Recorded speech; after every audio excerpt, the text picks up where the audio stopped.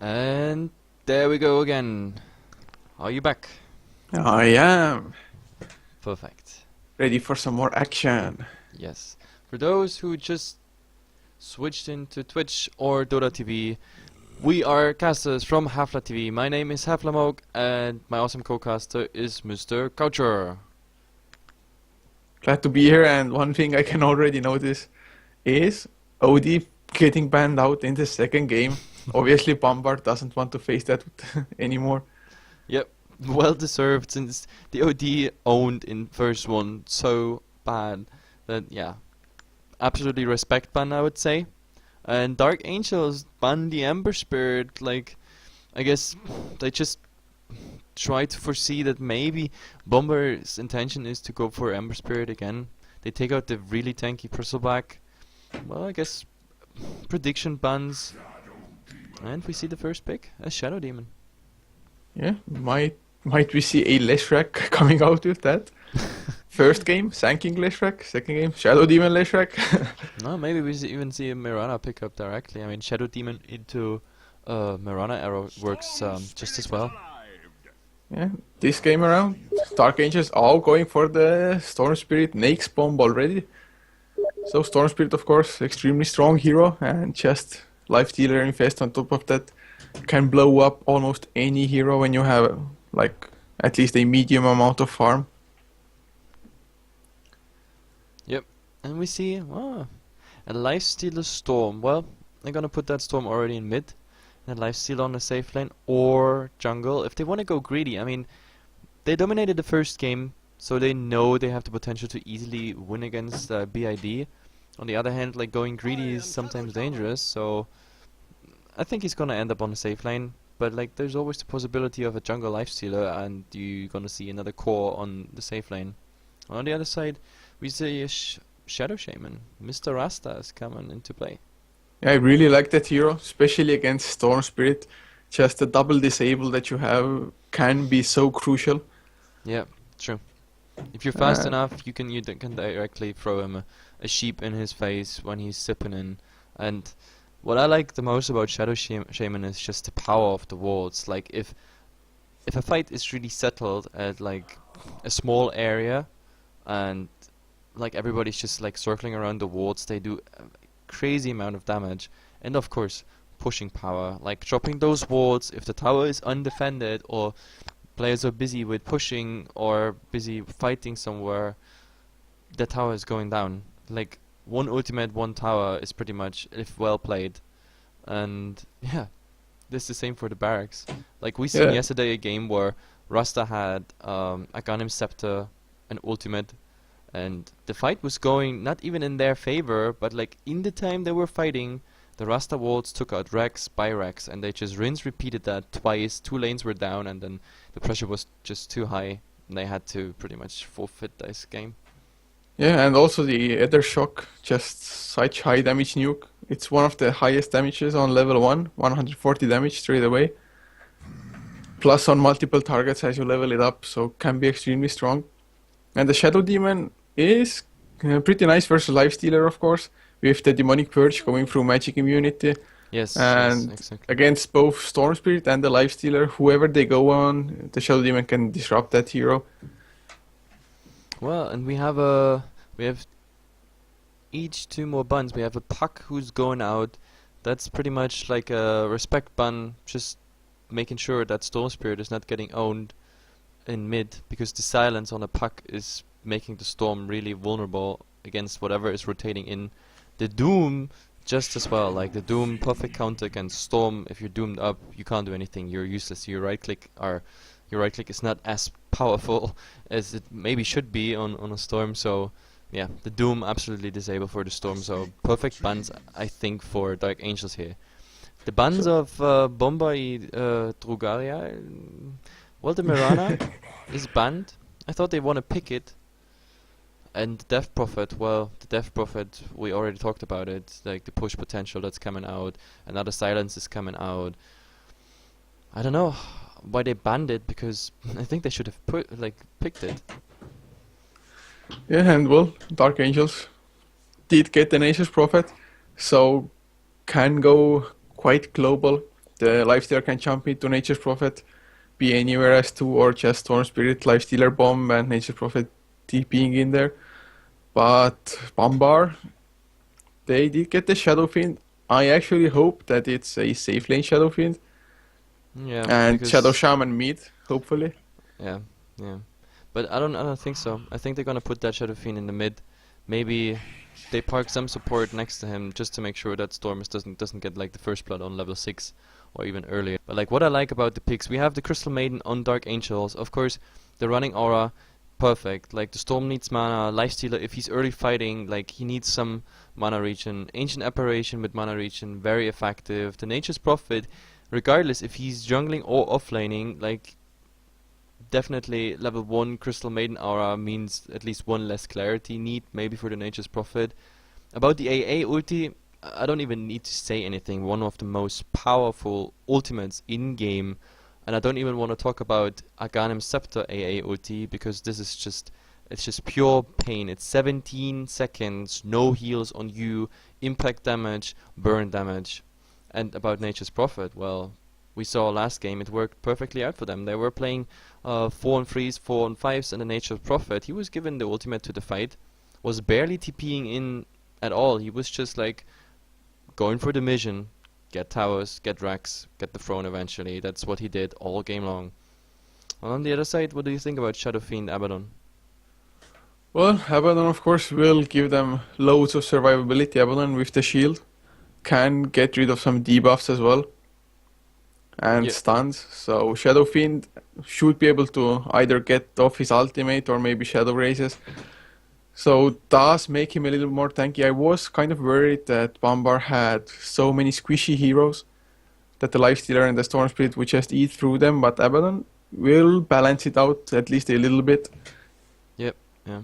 Well, the Abaddon can remove like pretty much two things of the heroes, and that is pretty much the open wounds by Lifestealer. So he can remove that slow, and the Crystal Maiden's Frostbite, definitely something you want to remove.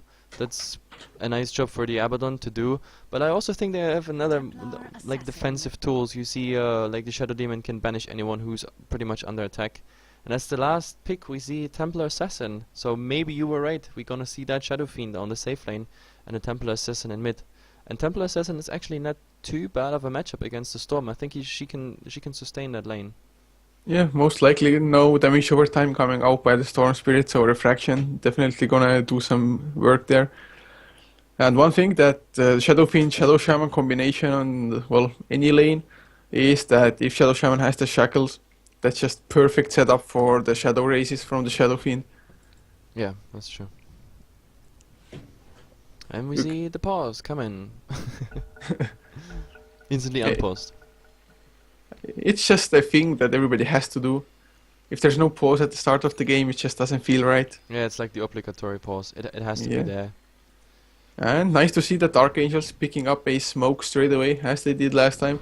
Their support roles are, I think, they practiced quite a lot. It's just their drafting, their plays. It looks like they're actually quite a nice team. I mean, supports know exactly what to do. They have it spread out amongst themselves. Who gets sentries, dust, who gets the courier and wards and so on. Yeah. And this time Well, around, Storm Spirit with the Null Talisman and 4 shared tangos.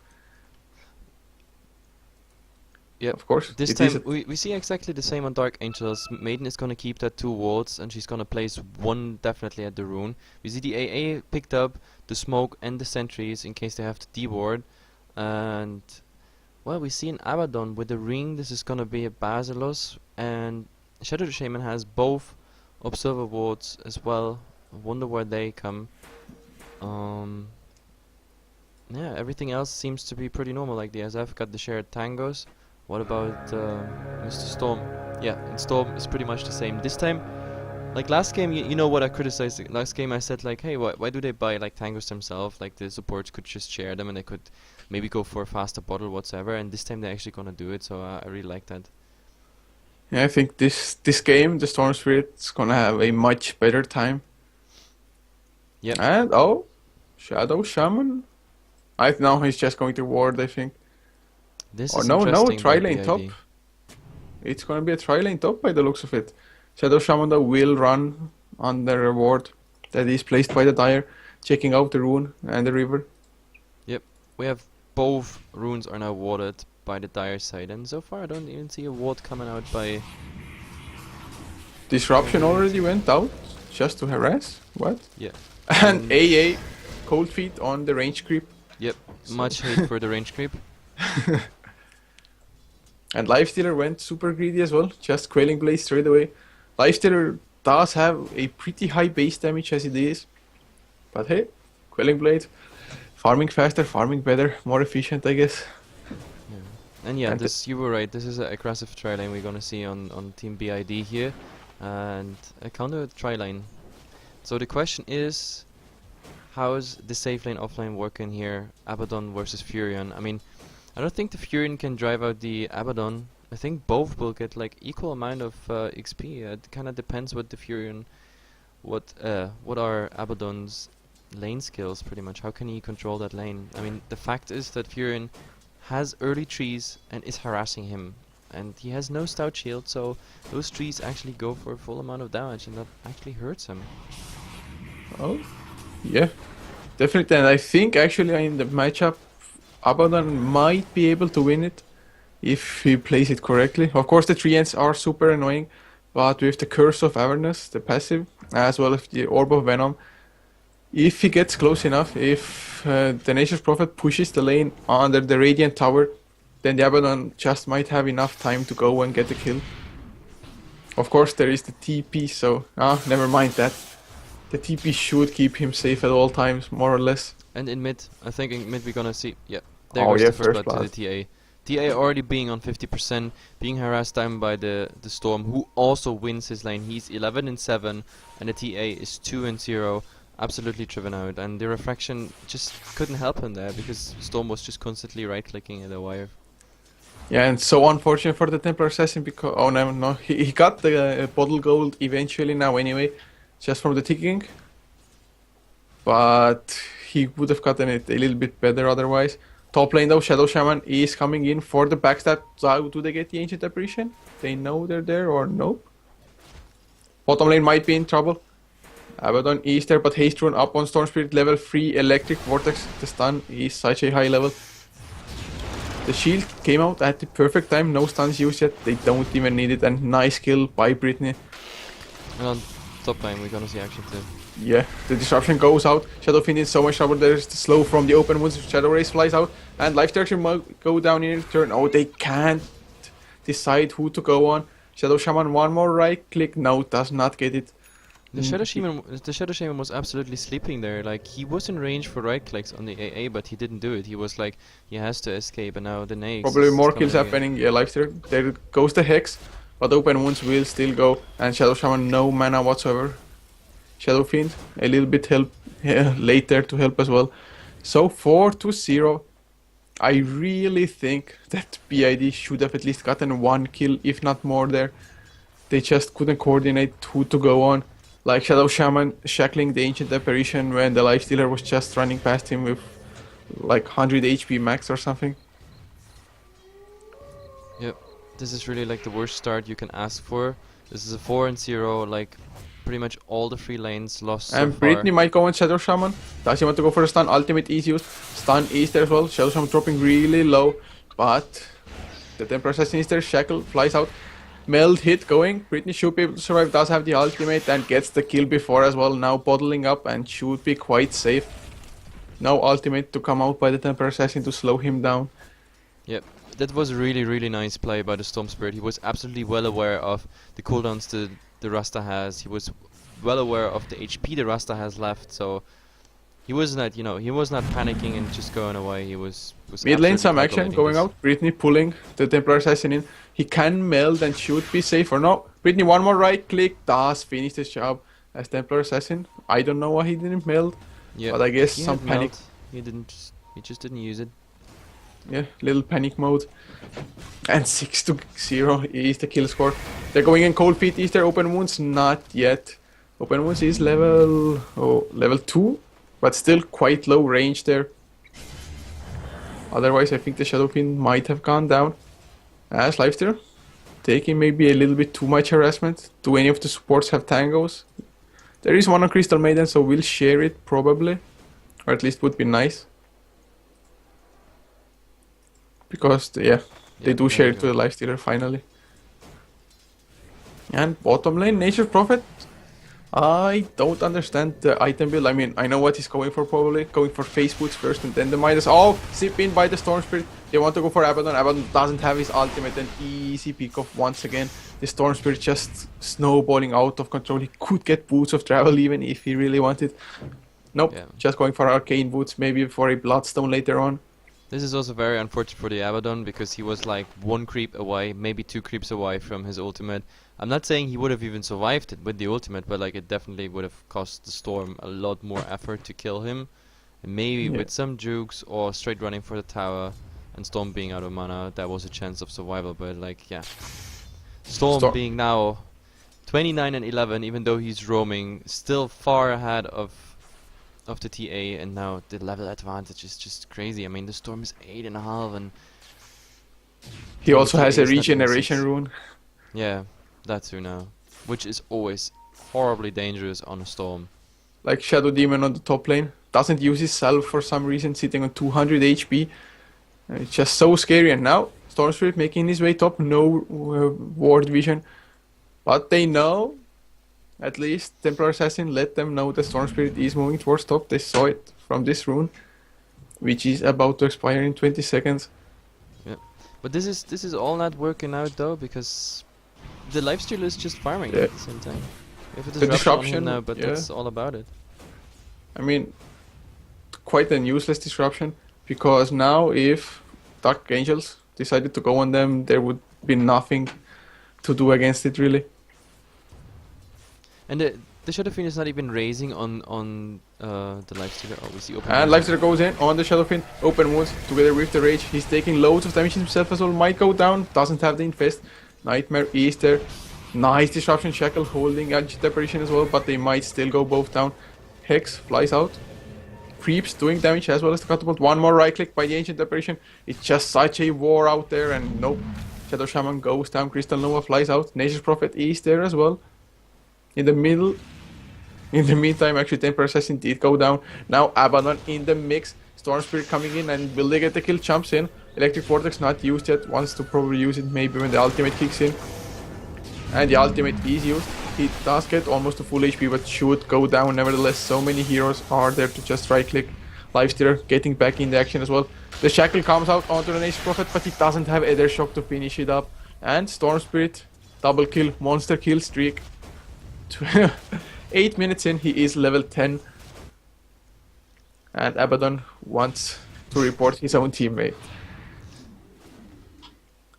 Shadow Shaman's item build, I mean, I don't like it all that much. I think Ether Shock is just way too strong to pass it up. Just getting the extra levels in Shackles is way too optimistic, I think. There's no way that you can channel it full time, usually. I also don't know why he just ran back in. I mean, that fight was lost, so I don't know, he should say like, okay, damn it, that went wrong, we should go back and see if we get a better situation, but like running into a fight that has been lost like 2 minutes ago, it's, I don't know, especially because they saw the Storm, which also now has a haste rune and is heading bottom. And this is gonna be the Shadow Fiend dead. Yeah, looks like it. Nature's Prophet does use the Sprout, is quite low himself as well. But yeah, pretty just absolute massacre. Will quite soon actually have his Bloodstone, maybe when they get a tower or two. So around maybe like 30-minute Bloodstone already.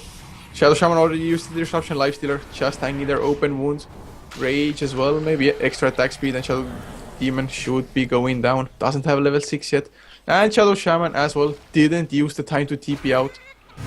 Just some very questionable plays coming out there. And easy kill there for the Lifestealer. GG gets called 10 minutes in. And can't say I'm too surprised by the call. No, like I don't even want to say something because like I don't want to sound criticizing the players we cast here, but like there was really questionable decisions. And to be honest, I think this was just after they lost game 1, they were like, I don't know, screw it, we're gonna lose the second game too, so let's just have a bit fun. Well, that was a short job for us. I thank everybody for watching. Thanks for tuning in. Where the cast is from, HeflaTV. I'm Heflamoke, and my co-caster is Couchor. Thanks for watching. That's me. Yay!